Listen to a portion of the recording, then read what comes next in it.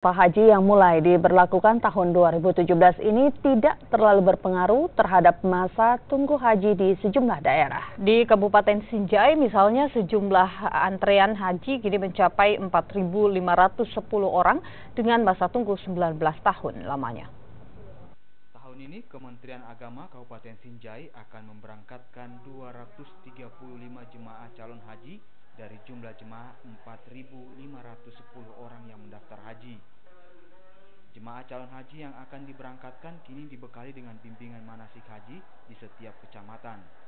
Jumlah jemaah haji Sinjai tahun ini hanya bertambah 50 orang dari kuota tahun 2016 lalu, yakni 185 orang.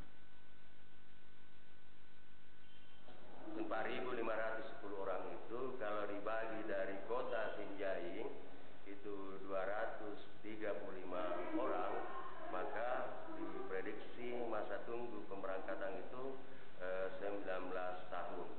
Artinya ketika hari ini kita mendaftar di Kementerian Agama, maka perkiraan pemberangkatan ke depan itu sekitar 19 tahun.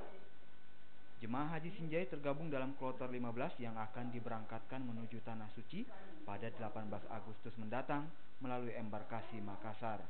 Muhammad Salih, Kompas TV, Sinjai, Sulawesi Selatan.